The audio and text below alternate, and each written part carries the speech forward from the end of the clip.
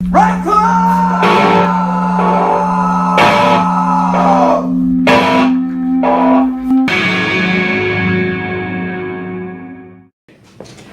the London district of Hammersmith, west along the river until you can't hear the cars, on a short tree-lined street named after a rock, there's a house.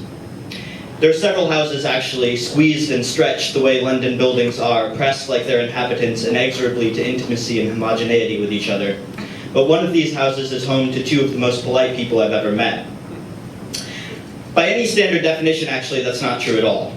Between the unapologetic and flagrant belching at the dinner table, or anywhere else really, and the unyieldingly sarcastic sense of humor, Cicely and Grace would by no means be the stars of an etiquette class. But these two girls, whom I've known for only about 3 months now, have completely redefined what politeness means to me. I should preface this by saying that I didn't exactly grow up myself with a strong sense of politeness in the first place. We were never exactly a napkins on laps family at home. In fact, we were lucky when we all agreed that we were a napkins at all family.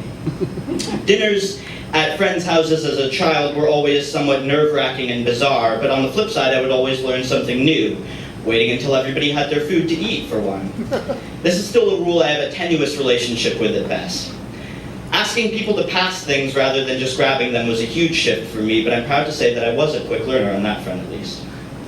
The fact was, in my house, all of these niceties and rules around the table and in other aspects of life were auxiliary to other far more important aspects of human interaction.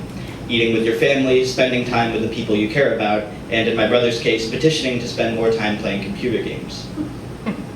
We knew each other as decent enough people that we didn't expect each other to actually act like it. Cicely and Grace, while not nearly as estranged to the customs of etiquette as I, are no exemplars of them either.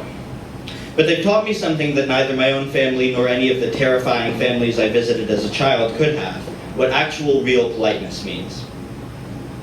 As I've said, I've only known them for a short amount of time. I'm studying abroad in London for my first year of college and met them through obscure family friend connections within my first few days of being in this new city. I was, for the first time, in a city completely without friends or family, but I found them both. I met Cicely and Grace in a coffee shop in the rain, managed to somehow get invited to their family's house for dinner, and at that dinner, I used a napkin, passed things, waited for everybody to get their food before eating, I think. Come to think of it, I might not have done that actually. Regardless, what I found is that just as my family and I had thought all along, matters don't matter. And manners don't matter.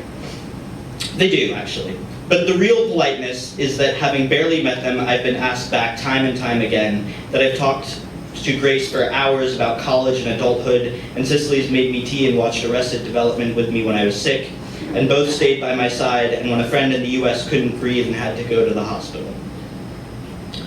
Politeness is more than manners, it's kindness. We've lost sight of that. It's not a returning to an age of politeness. It's not an old boys club or a well-set table. It's making someone feel as though they belong. When I moved to London, I in many ways lost my family, and I'm infinitely grateful and lucky that I found one again. West along the river until I can't hear the cars, on a short tree-lined street named after a rock is my home. Thank you.